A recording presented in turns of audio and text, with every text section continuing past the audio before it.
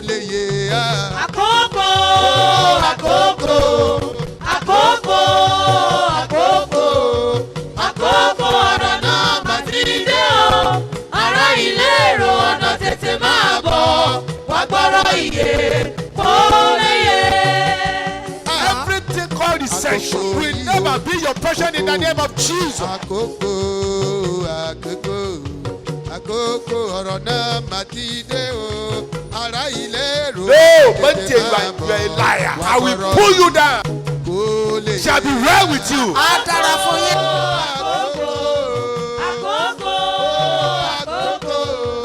Àkókò ọ̀rọ̀ náà mà ti dé o. Ará ilé. Mo rí rẹ̀ gbà o. Àsálẹ̀ agbára jíǹde, àsálẹ̀ agbára jíǹde, agbára tó ti Jésù Olúwa dìde nínú òkú, tójú ti eléni ní àtolùfisùn. Ó fẹ́ jí ohun rere gbogbo tó ń tò gbé, àtèyí tó ti kú dìde láyé tiẹ̀ náà. Lásálẹ̀ agbára jíǹde, ọjọ́ Friday kejì lóṣooṣù, nípàdé ìṣòru ńlá yìí ń wáyé. Àsálẹ̀ agbára jíǹde, ọjọ́ Friday tó ń bọ̀ yìí ni o, ní the World Bible Church 1 Ganiyu Murana Close, Ajẹ́lógo, Mile 12 Ketu nílùú Èkó, láago 10 alẹ́ dìdájí. Prọfẹ̀t J.B. Kúmọlúyì fẹ́ fagbára jíǹde Jésù pàṣẹ fún iṣẹ́ tó ń tò gbé, àtòwò tí ò lọ déédéé, àti gbéyàwó tó yadi tí ò léso, ìdílé tó ń dàrú, àti gbogbo ọmọ ológun táráyé ti dógògò lé láti gba agbára àjíǹde àkọ́tún fún ìṣeré àti ìsọdọ̀tun láyé. Gbogbo ènìyàn ẹ jẹ́ àpàdé lọ́jọ́ Friday tó ń bọ̀ yìí ní the World Bible Church 1 Ganiyu Murana Close, Ajẹ́lógo, Mile 12 Ketu nílùú Èkó. Prọfẹ̀t J.B. Kúmọlúyì lolúwa máa lò láti sọ ire ayé rẹ jí padà lórúkọ Jésù. Gbogbo ènìyàn ẹ máa bọ̀. Fún ìwádìí 08036297770 tàbí 08056559500. Jésù Kristi lolúwa. Orúkọ Jésù. In Jesus' name. Ọmọ Son, ẹ̀mí mímọ́. Holy Spirit, À ń lọ sínú ọ̀rọ̀ rẹ. we are going into your word. Olúwa bá wa sọ̀rọ̀. Lord, speak to us. Gba gbogbo ògo. Take all the glory. Jésù Olúwa wa. Amen. Jókòó. Take your seat. Idà ni yóò gbéra ẹ̀ lẹ́rú. It is the slave that will reveal his true identity. A ti ra ọ níye kan. You've been redeemed at a price. Ọmọ lójú Jèhófà ni ọ́. You are the apple of Jehovah's eyes. Èṣe Why? tó fi lọ ń kó oúnjẹ àjẹkù Sátánì jẹ. That you are now eating the leftover from the devil. Ó wá di pé òrìṣẹ́ ṣe mọ́. Now you are jobless. Ó di pé wọn promote ẹ mọ́. Now you are not being promoted. Ó di pé gbogbo ọjà wó lulẹ̀. Your business has crumbled Gbàtẹ́gbẹ́ owó àgbèrè gan ló fi bẹ̀rẹ̀ iṣẹ́. because your business capital came from adultery or fornication. Ibi tí owó ti wá ibẹ̀ ló padà sí. Your money has returned to its source Torí kò wá láti ọ̀dọ̀ Ọlọ́run wá. because the business capital did not come from God. Ìbọrìṣà. Idolatry. Ohunkóhun tó bá ti gbé lọ́kàn ju Ọlọ́run lọ òrìṣà ni. Anything you exalt more than God in your heart is an idol. Kò dìgbà tó bá kó Ògún tó kójọ tó wá ń bọ Ògún onírè ọkọ rẹ méje nìrè méje lògún ìyẹn ní kọ́kọ́ o bó ṣòwò ló gbé lọ́kàn ju Ọlọ́run lọ òrìṣà ni bó ṣòwò ló gbé sókè bó ṣọmọ ló gbé sókè tó o ráyè fún Ọlọ́run òrìṣà ló wà lọ́kàn rẹ ó ti padà ó ti lọ ń jóúnjẹ Sátánì. It is not until you gather some stones or iron and begin to worship a deity like Ogun before you are an idolater. Once you lift up anything above your God, be it money, be it your children, once you lift them up above your God, they have become your small gods. Ó ti kúrò ní ipò tí Ọlọ́run fi ọ́ sí. You have deserted your original place. Ó ti padà lọ di ẹrú. You have returned into slavery. Ó jẹ́ ọmọ mọ́. You are no longer a child of God. Ó dẹ̀ dìde kúrò lórí ìtẹ́ Ọlọ́run ó dẹ̀ lọ ń kó oúnjẹ Sátánì jẹ. And you deliberately leave the table of God and you go to the table of the devil, eating from his table. Níwọ ọmọ Ọlọ́run tó jẹ́ ọmọ Ọlọ́run ní ìgbà kan. You that was once a child of God. Ẹrú ni ẹ lọ́wọ́ Sátánì tẹ́lẹ̀. You were a slave in the hand of the devil before, Ọlọ́run gbà ọ́, but God delivered you. ó dáríjì ọ́, He forgave you ó ṣe ọ́ bí ọmọ. and he made you his child. Kádẹ̀ máa mú ọ lọ òde tí í ṣe òde ọ̀run. Now taking you through the journey to heaven, Ó dẹ̀ sá kúrò nínú ọkọ̀. you deserted the ship, Yé, ó kúrò nínú ọkọ̀. you deserted the voyage, Ó wá lọ ń wá oúnjẹ àwọn Sátánì ó lọ and ń you kó are jẹ. scavenging on the table of the devil. Ìdí nìyí tí kan ò lọ déédéé fún ẹ mọ́. That is why things are not going on well with you again. Kíyèsára, Be careful. ìbọrìṣà, Idolatry. oríṣiríṣi ló ń ṣẹlẹ̀ láyé ń sìn. A lot is happening today. Ìmí àká hallelujah ní church. Some will shout hallelujah in the church, A tó lọ bá bàbá mo dé o. and will return to some herbalists, say, Father, I've come. Jòkó sílẹ̀ lẹ̀. Okay, sit on the bare floor, Yẹn ni pé ayé rẹ̀ ń lọ sí ilẹ̀ lẹ̀.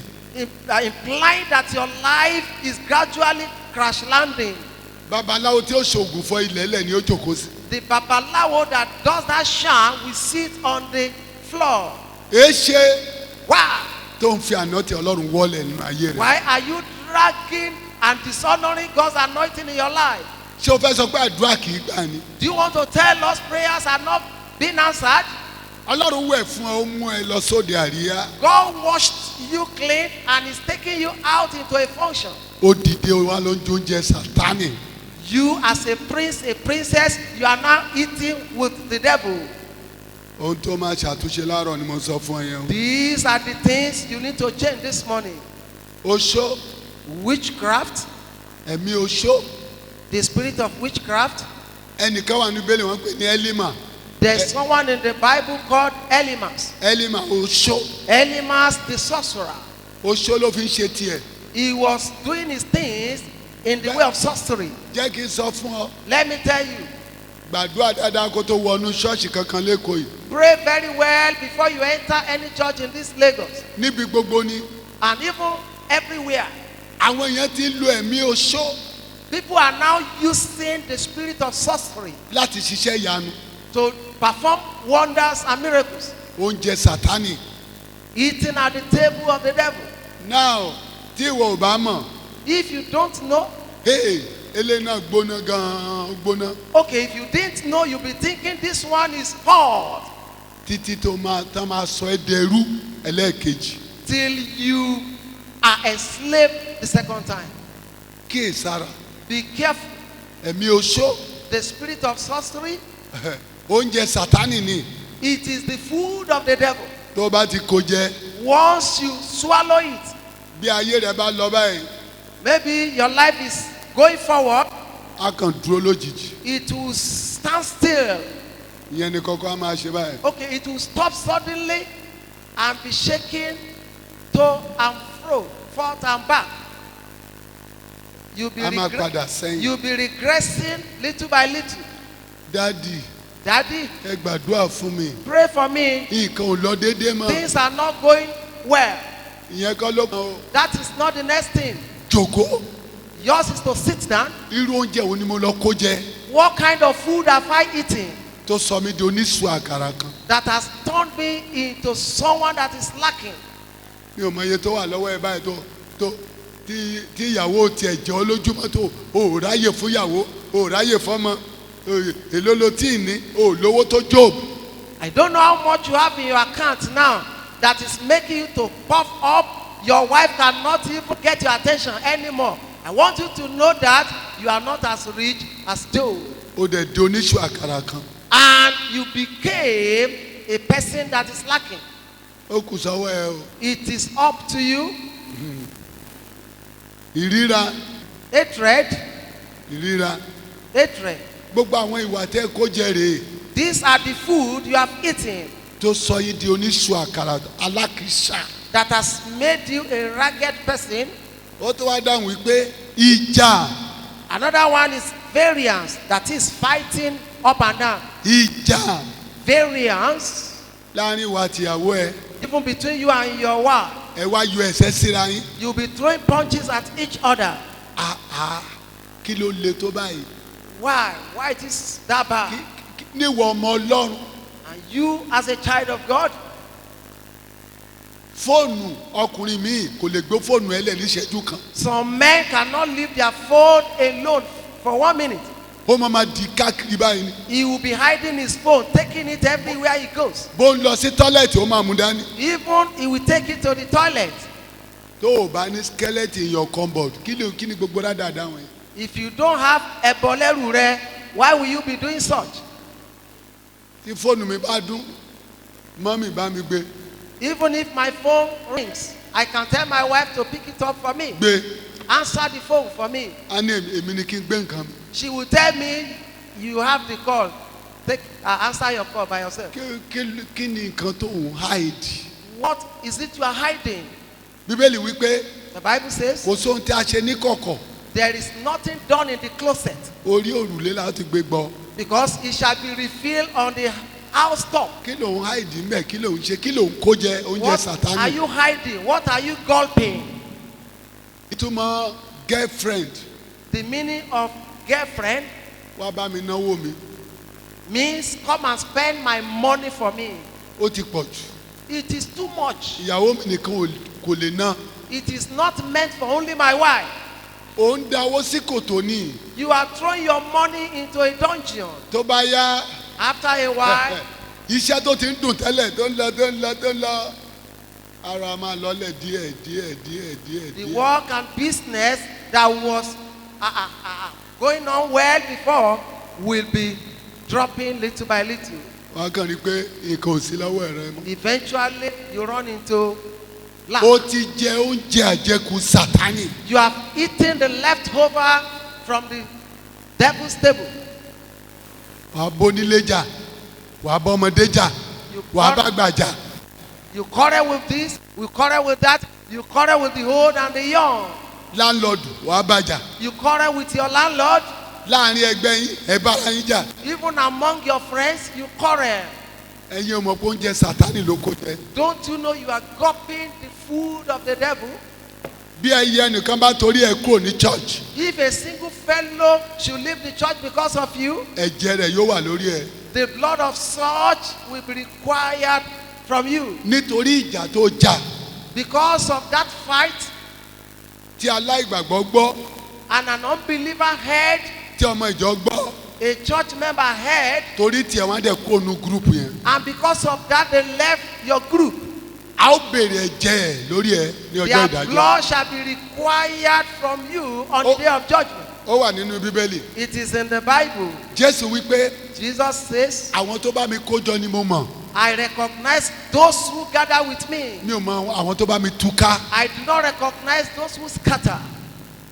Kíyèsára. Be watchful. Kí ló fẹ́ fi ìjà ṣe gan? What are you doing with fire? Oúnjẹ àjẹkù Sátánì ni. It is Satan's leftover. Ó bá Ọlọ́run jà lọ́run. He fought with God in heaven. Bíbélì pé ìjà wà lọ́run. There was war in heaven, says the Bible. Ọ̀run mì tìtì lọ́wọ́ Sátánì. Heaven shook because of the devil, Àlé kúrò mẹ́. but he was cast out. Oúnjẹ tó jẹkù ni wọ́n ń jẹ káàkiri yìí. His leftover is what you are feeding on now. Kí ìwọ àti ìyàwó má lè rẹ́rìn síra yín láàrin ìṣẹ́jú méjì péré. Imagine you and your wife cannot come together for even 2 minutes. Ìjà ṣáá ni lójoojúmọ́. You quarrel and quarrel all day long.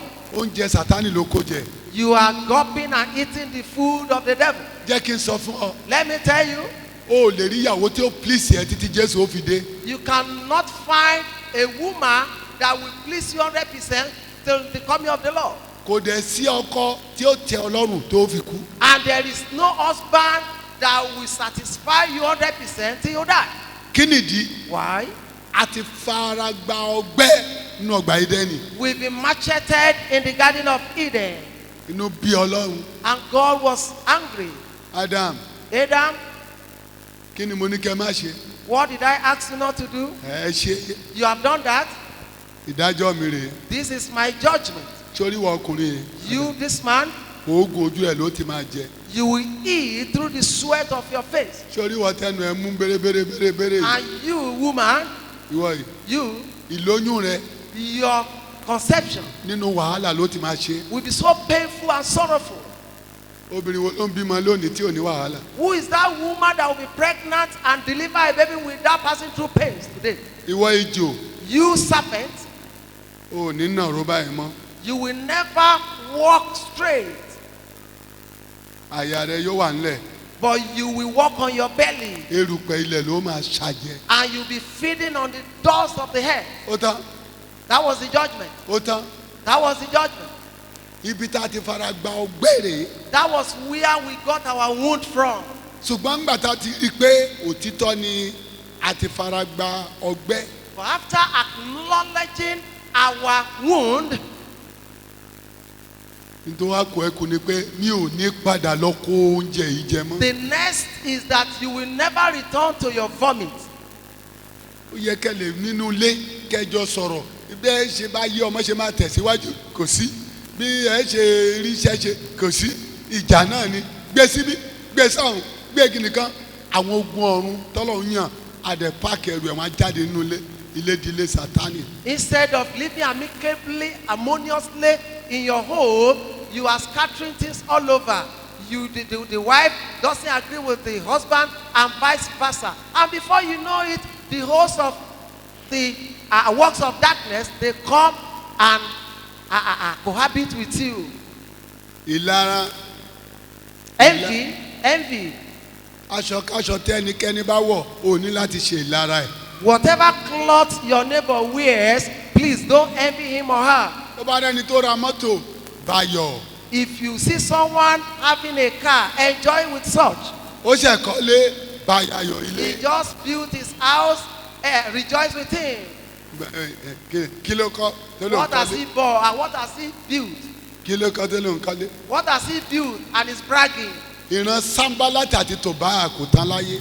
The generation of Sanballat and Tobiah still live. ìgbà tí Nehemiah tó ń kọ́ odi Jerusalem When Nehemiah was building the walls of Jerusalem, Sanbalati àti Tòbáyà Sanballat and Tobiah, wọ́n lọ dúró níwájú ní oríṣiríṣi. they stood somewhere and kilo- they were making kilo mock nko- of them. They were kí ló mocking kọ́ them. tó ló ń kọ́lé. What has he built? And he's bragging he has built something. bí kọ̀lọ̀kọ̀lọ̀ bá gorí ẹ̀. Even if a fox should climb on the walls, ohun tó ń pè ní kọ̀lọ̀kọ̀lọ̀ ó dàbí ajá a fox is like a small dog, bí ajá ló ṣe rí. like a dog. Ìfà tó bá dé ìlú òyìnbó If you go abroad, wọ́n máa ń lọ káàkiri ìgboro ni. you will see foxes going about the street, ó dẹ̀ gbúdọ̀ pa. and you must not kill them. ìsúkúrẹ́ kí ni Ọ̀kẹ́rẹ́. ọ̀kẹ́rẹ́ Squirrel a máa lọ tiẹ̀ báyìí ni. will be going his way. ó gbúdọ̀ pa. You must not kill it. then eléyìí tí mò ń sọ yìí bí ajá lórí kọ̀lọ̀kọ̀lọ̀. The fox is like a dog. ẹ gbọ́ kí ajá wá gorí orí ilé yìí Imagine a dog climb these walls. ṣé ó lè wó. Can it fall? ìlara ni It came out of envy. tó bá ti lẹ́mìí yẹn sínú ẹ̀ ó ti kó oúnjẹ Sátánì jẹ. Once you have that spirit in you, you are eating at the devil's table.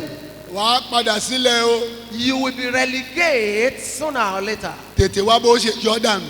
Make sure you get delivered from it. jẹ́ kí n sọ fún ọ o Let me tell you, tó o bá ń gbé fóònù ọkọ ẹ nígbà gbogbo hypertension á pa ọ́ o. as a wife, if you want to answer the call of your husband or you want to browse through his phone, you will die of hypertension. ta ló pè ẹ́. Who has just called you? Yeah, ta ló pè ẹ́. Who has called you now? jẹ́ kí n wò ó. Okay, let me see, Jare. lẹ́ni tó yẹ kó kọjú sọ́lọ́run kó máa finá àdúrà pẹ̀lú kó máa gbàdúrà fọ́kọ kó máa ṣe ẹ máa gbé fóònù kiri. You are tó bá yẹ tó bá wo wàá kàn kú tó bá dẹ̀ kú afẹ́ lòmíì. You are supposed to be praying for your husband and for your family. Instead of that, you are struggling with his phone. You will just kill yourself before time, and the man will marry another wife. bó ṣe wọ ọkùnrin náà ni Even if it is you as a man, obìnrin ló lè sọ́ra ẹ̀. it is only the woman that can manage herself. ọkùnrin ló dẹ̀ lè sọ ara ẹ̀. And you are the only one who can watch over your life. o lè sọ ọkọ rẹ láíláí. You cannot be monitoring your husband maybe because of some abnormal behavior.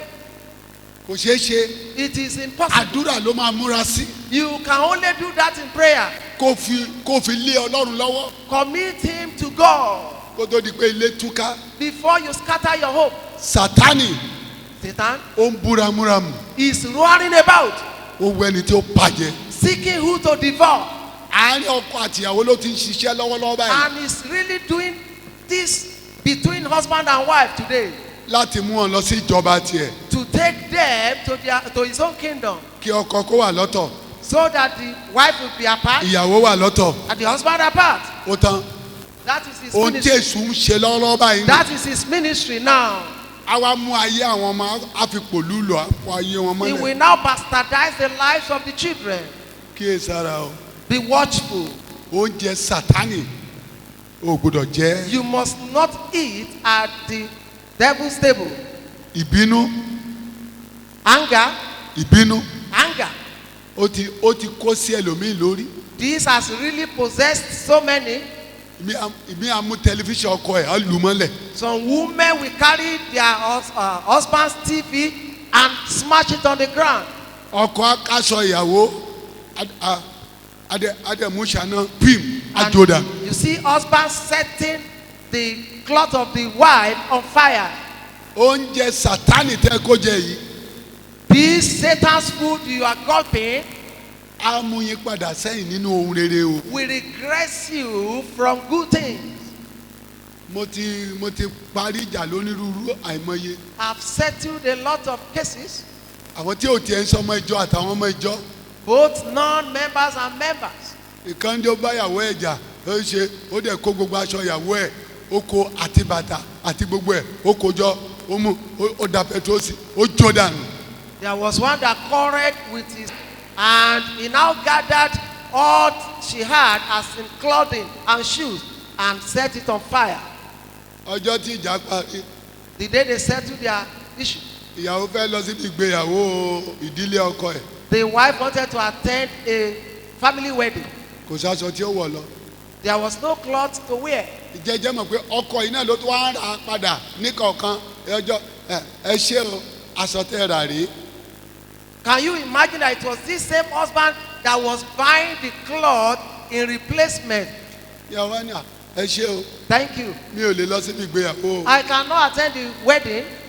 Ó ṣe é kò sí bàtà You can see I have no shoes. ọkọ náà ló tún lọ rà. It was the husband that bought shoes. Brazil The bra, ó ti jó you burnt them. ó tó lọ rà á padà. He was the one that replaced them. Ẹ̀yin náà rò ó wò Imagine it yourself. ṣé kìí ṣàbò wèrè lélẹ́yìí. Is that not junior madness? Owó tó yẹ kán lọ fi ra ilẹ̀ kán fi kọ́lé ó tún wá ń replace ó tún fi ra aṣọ. The money he was supposed to use to buy land, he was using to replace the cloth he bought. lórí ẹ̀mí ìbínú. Just because of wrath and anger. Kíyèsára. Be careful. Aṣọ Sedition, strife, ìsọ̀tẹ̀ seditions, àdámọ̀ heresies. gbogbo ohun tẹ́ ẹ kó jẹ rèé tó sọ yín dẹrú. These are the food you have eaten and have turned you into slavery. Àrán kan 21 I mean. 21. Okay. Rebellings. Rebellings. Then ìpànìyàn. Murders. Ìpànìyàn. Murders. Oúnjẹ tí èṣù kó fún ayé rèé o. This is the food the devil is serving the whole world. Àwọn èèyàn ń pààyàn bẹ́ẹ̀ nípa ẹran ní nísì. People are killing one another as if they are killing animals now. Gbọ́ Listen. o ò fọ̀bẹ pààyàn. You have not actually stabbed with a knife. Má gbàgbé o. Forget not. O ti fẹnu pa ènìyàn. You have used your mouth to stab people. Ìwọ ló sọ̀rọ̀ rẹ̀ You have spoken about her tí ayé fi rí mú. until the enemy caught him. Ìwọ ló sọ o. You were the one that talked about her. Ẹnu ló fi ń pa ènìyàn. With your mouth you are killing people.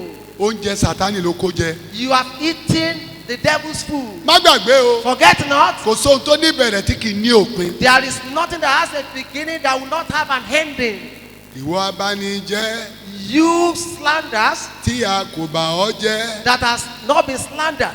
Lọ́jọ́ tó bá ti dẹ́kun àti banijẹ́. The very day you stop slandering, La ó bà ọ́ jẹ́ o. you will be slandered fully. mo ríre gbà o. àṣálẹ̀ agbára jíǹde àṣálẹ̀ agbára jíǹde agbára tó ti Jésù Olúwa dìde nínú òkú tójú ti elénìní àtolùfisùn ó fẹ́ jí ohun rere gbogbo tó ń tò gbé àtèyí tó ti kú dìde láyé tiẹ̀ náà lásàálẹ̀ agbára jíǹde ọjọ́ Friday kejì lóṣooṣù nípàdé ìṣòru ńlá yìí ń wáyé àṣálẹ̀ agbára jíǹde ọjọ́ Friday tó ń bọ̀ yìí ni o ní the World Bible Church 1 Ganiyu Murana Close Ajẹ́lógo mile 12 Ketu nílùú Èkó láago 10 alẹ́ dìdájí Prophet J.B. Kúmọlúyì fẹ́ fagbára jíǹde Jésù pàṣẹ fún iṣẹ́ tó ń tò gbé àtòwò tí ò lọ déédéé àtìgbéyàwó tó yadi tí ò léso ìdílé tó ń dàrú àti gbogbo ọmọ ológo táráyé ti dógògò lé láti gba agbára àjíǹde àkọ́tún fún ìṣeré àti ìsọdọ̀tun láyé gbogbo ènìyàn ẹ jẹ́ àpàdé lọ́jọ́ Friday tó ń bọ̀ yìí ní the World Bible Church 1 Ganiyu Murana Close Ajẹ́lógo mile 12 Ketu nílùú Èkó Prophet J.B. Kúmọlúyì lolúwa máa lò láti sọ ire ayé rẹ jí padà lórúkọ Jésù gbogbo ènìyàn ẹ máa bọ̀ fún ìwádìí 08036297770 tàbí 08056559500 Jésù Kristi lolúwa.